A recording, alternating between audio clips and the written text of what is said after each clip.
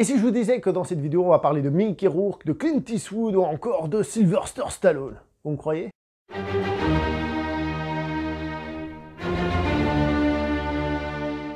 Bonjour à vous cinéphiles et bienvenue dans cette vidéo consacrée à un film culte pour moi, à savoir Le Flic de Beverly Hills, ce film de 1984 réalisé par un certain Martin Brest, dont c'était le premier gros film, hein. Il avait fait un ou deux trucs avant, mais c'est le premier gros film, le premier où il dirigeait un gros projet.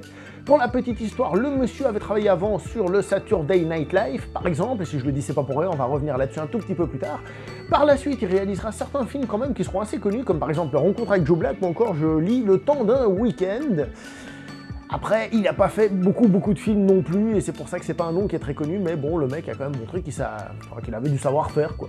Le film est une production Don Simpson, Jerry Bruckheimer, donc il faut savoir que c'est deux gars qui avaient produit beaucoup de films populaires à l'époque, et déjà à l'époque, on les accusait des mecs qui faisaient du cinéma facile, consommable, du cinéma de divertissement qui n'avait aucune valeur, donc on va dire que la petite critique n'est pas nouvelle.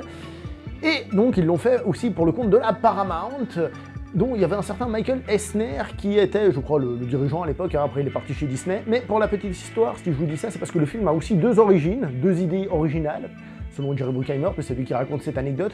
Une vient justement de Michael Eisner, qui dit que sa femme, une fois, a entendu des bruits dans la maison d'à côté, elle a appelé les flics, donc à Beverly Hills, et les flics ont débarqué en 2 minutes, et il était vachement surpris par l'efficacité de cette police.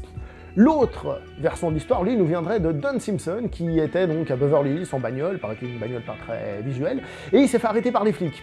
Faut savoir que Don Simpson était connu pour sa consommation de choses pas très nettes, donc c'est possible que de pas conduire très droit aux gens, on sait trop rien. Quoi qu'il en soit, il a été arrêté et il s'est posé la question qu'est-ce qui se serait passé si en fait j'avais été un flic au lieu d'être qui je suis, comment aurait été cette relation. Donc semble-t-il qu'avec ces deux idées d'origine, le scénariste Danny Laubach a écrit son premier jet de scénario qui s'appelait à l'époque Beverly Hills Drive, qui de son aveu était à la base un scénario sérieux parce que dans sa tête il pensait d'écrire pour un gars comme Clint Eastwood, Al Pacino et des gens comme ça. Donc le scénario a plu et il a été gardé dans la Paramount pour être adapté. À cette époque-là, donc il y a un certain Mickey Rourke qui était pressenti pour le rôle, et d'ailleurs ils l'ont fait un pré-contrat, si on veut, de 400 000 $ pour qu'il ne signe pas pour un autre film, le temps qu'on réécrive le scénario, qu'on l'adapte à lui, etc., etc.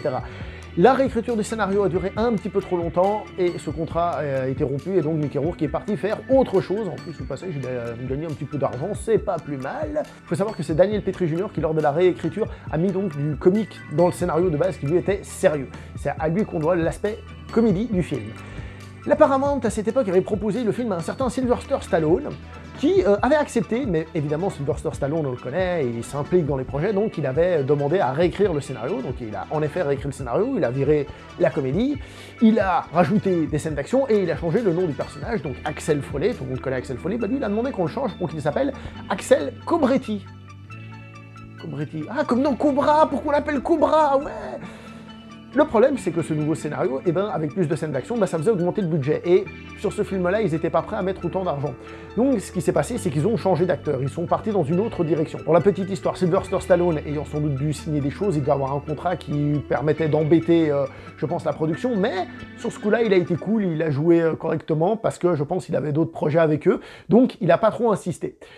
Avec ce nouveau scénario, donc plutôt comique, finalement, donc le scénario avant la réécriture de Stallone, quoique peut-être qu'il reste encore des petites choses de Stallone, sait-on jamais, on a pris Eddie Murphy. Avec Eddie Murphy, on a donc dû réadapter le scénario à Eddie Murphy, et ne pas oublier un petit détail, c'est qu'Eddie Murphy, c'est quelqu'un qui vient d'abord du stand-up, c'est un comique, et il vient aussi du Saturday Night Live, oh tiens, le lien que j'ai dit tout à l'heure, et par conséquent, c'est quelqu'un qui a le don d'improviser, le don de la comédie. Donc non seulement il y a le scénario qui était comique, mais il y a Eddie Murphy, donc on l'a réécrit pour Eddie Murphy, et par rapport à ce qu'on voit à l'écran, il faut pas oublier aussi un détail, c'est que Eddie Murphy a beaucoup improvisé ses scènes.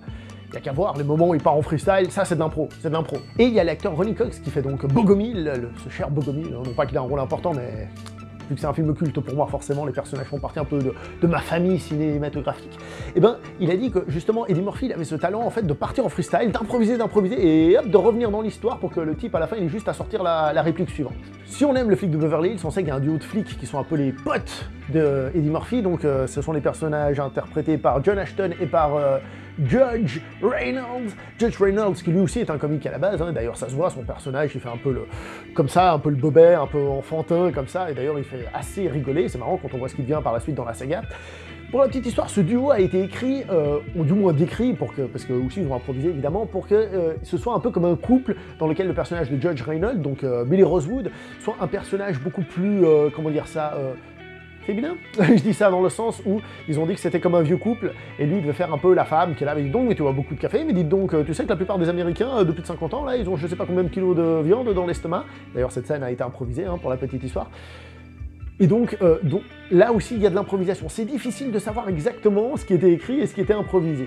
Parce que par exemple, il y a aussi l'acteur Damon Wayans, je vois là, vous savez, l'acteur qui a fait donc Le Dernier Samaritain ou la série Ma famille d'abord, hein. Et ben cet acteur-là, c'est celui qui donne, vous savez, les bananes à Eddie Murphy. Donc cette petite scène où il fait hop, hop, hop, je vous les donne. Et ben là aussi, il y avait un comique. Donc on est vraiment dans cette vision du film qui c'est un film de comique, d'improvisation. On est dans cette idée-là. Un petit mot sur le méchant, à savoir Steve Berkoff.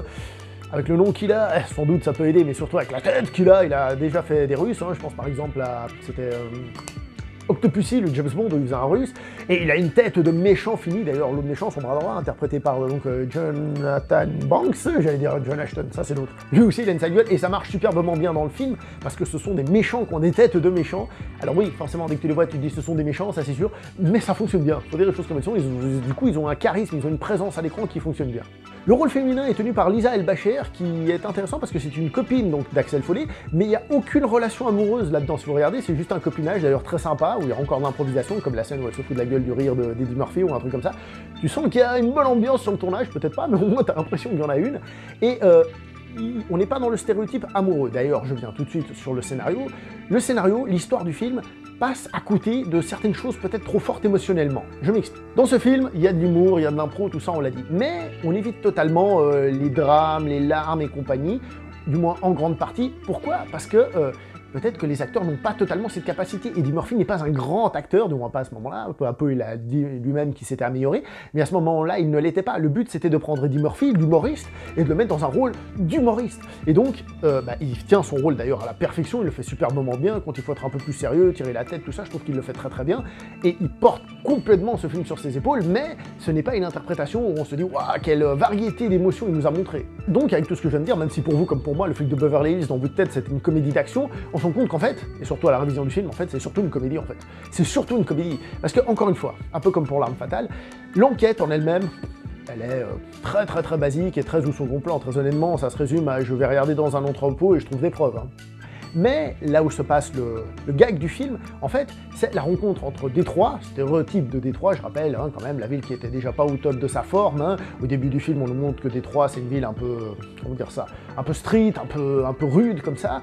Et donc, on a ce flic, Eddie Murphy, qui va à Beverly Hills, et quand il arrive là-bas, il voit les gens habillés bizarrement, il rigole quand il est avec sa vieille bagnole et tout ça, donc ce côté un peu luxueux, comme ça. Voilà, donc on a un peu cette rencontre, j'essaie de trouver un lien en France, on va éviter. D'accord, donc ça c'est une des parties. Puis donc Eddie Murphy qui se frite avec la police de Beverly Hills, qui vont devenir plus ou moins potes évidemment, mais en jouant sur le fait que les flics là-bas sont super carrés, respectent le règlement à la lettre et tout, etc. etc. Donc il y a toute cette opposition, et en fait c'est là le nerf du film, c'est tout un jeu de chat et à la souris avec la police surtout, et en partie aussi un peu avec le méchant, mais surtout avec les flics. D'ailleurs, les scènes d'action sont reléguées à la fin, ça, qui n'est pas totalement faux-folle, hein, disons les choses comme elles sont. On était à l'époque, etc. Je rappelle ce que j'ai dit un peu pour L'Arme Fatale, ça passe. Ce que j'aime bien dans ce film, c'est que quand il tire, il y a des impacts de balles, ça c'est cool, c'est stylé. Et si je dois comparer à L'Arme Fatale, j'ai l'impression que les chorégraphies de déplacement des personnages et tout ça à l'écran est un petit peu mieux faites. Mais soyons clairs, c'est pas non plus folichon, on n'est pas là pour ça, on est vraiment dans une comédie policière, action, là-bas un peu loin, d'accord ? Et d'ailleurs, c'est intéressant, c'est le personnage d'Eddie Murphy, parce que le personnage d'Eddie Murphy, donc c'est un flic, mais c'est un ancien voyou. Et d'ailleurs, on regarde dans le film, on se dit, mais comment il a fait pour finir flic? Parce qu'en fait, toutes ses méthodes, toute sa façon de faire, c'est un peu ancien voyou. Il embobine les gens pour entrer dans les endroits où c'est interdit, etc., etc. Par exemple, quand il est dans l'entrepôt, puis il y a le mec de la sécurité qui arrive, qui le voit, il fait, hey, vous avez besoin de quelque chose? Et il fait, ouais, venez ici, vous. Et en fait, au lieu de se faire engueuler, c'est lui qui l'engueule, ouais, voilà. Et il les embobine, comme ça. Et ça fonctionne superbement bien, faut dire les choses comme elles sont, c'est très bien fait. Eddie Murphy est très bon là-dedans. Est-ce qu'on peut qualifier ce film de buddy movie? Ben oui et non, enfin oui si on tient compte du 2, du 3 et tout ça, parce qu'en effet, Eddie Murphy et les deux flics, qui font donc une espèce d'unité, hein, on peut dire qu'au début ils se détestent et à la fin ils deviennent potes. Oui, c'est vrai, d'une certaine manière, il y a des petits trucs de buddy movie, mais c'est plutôt dans le 2, où là ils seront potes, etc., dans la continuité. Mais là, c'est clairement Eddie Murphy qui prend toute la place, c'est son film, c'est lui la star, le film est écrit, comme on a vu, pour lui, adapté à lui, où il a la liberté de s'exprimer, et c'est lui le chef, comme je dis, le moteur et tout ce qu'il veut, qui porte tout sur ses épaules. D'ailleurs, je vais pas vous mentir, je me suis marré une ou deux fois dans le film, et ça fait plaisir de se remarrer dans un film qu'on a vu pourtant plein de fois, et surtout au début quand on était gamin. La musique du film. Vous n'allez pas me dire que c'est pas culte, ça.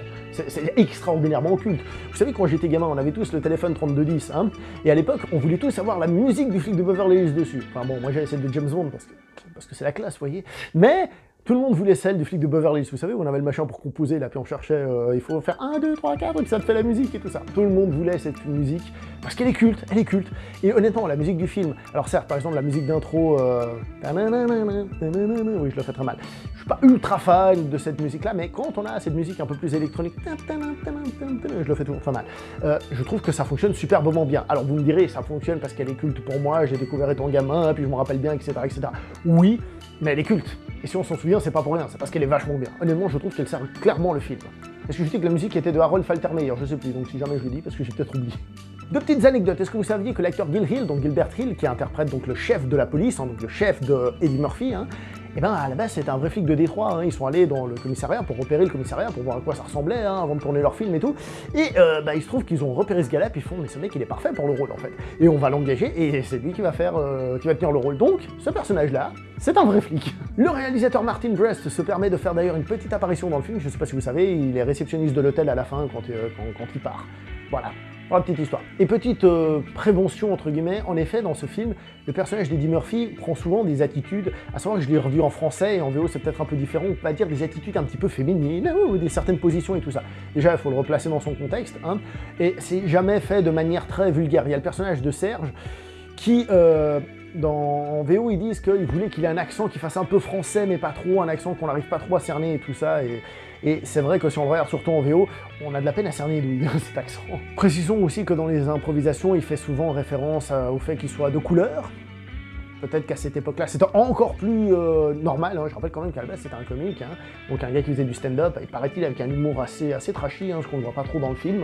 Bon, alors avec tout ce que je vous ai dit là, que c'est surtout comique, un petit peu d'action, un tout petit peu d'enquête, mais qu'on s'en fout, qu'il y a beaucoup d'improvisation, on peut penser que le film part dans différents sketchs, parce que c'est un peu le cas, c'est « Oh, c'est ma scène, bon, j'improvise, je pars en vrille, oh, une autre scène, bon, j'improvise », et ensuite les autres personnages aussi, Josh Reynolds, bon, aussi, j'improvise dans cette scène, etc. Donc on peut avoir un peu cette impression de sketch, c'est-à-dire on va dire de one-man show, de petit one-man show, et c'est un peu le cas. Mais ce qui est assez intéressant, c'est que le film arrive quand même à être très bien construit pour donner vraiment la sensation d'un film et non pas juste de petites scènes comme ça qui s'enchaînent un peu facilement sans rien qui les rattache, et c'est ce qui fait que ce film fonctionne. Donc vous l'aurez compris, ce film est un film culte. Voilà, c'est un film culte, c'est un film d'une certaine époque, c'est une comédie un peu policière, un peu d'action, avec une musique super cool. Une époque où Eddie Murphy était une superstar, hein. Je rappelle qu'à l'époque, il avait fait, je crois, 48 heures avant, ou un fauteuil pour deux, mais c'était son premier rôle en tant que star, et à l'époque, on était tous fans de lui, et donc c'est un film culte que je ne peux que vous recommander. Vive le flic de Beverly Hills. Je vais m'arrêter là pour cette vidéo, n'oubliez pas de liker, commenter, partager, on se voit prochainement pour une prochaine vidéo, jusqu'à là, portez-vous bien.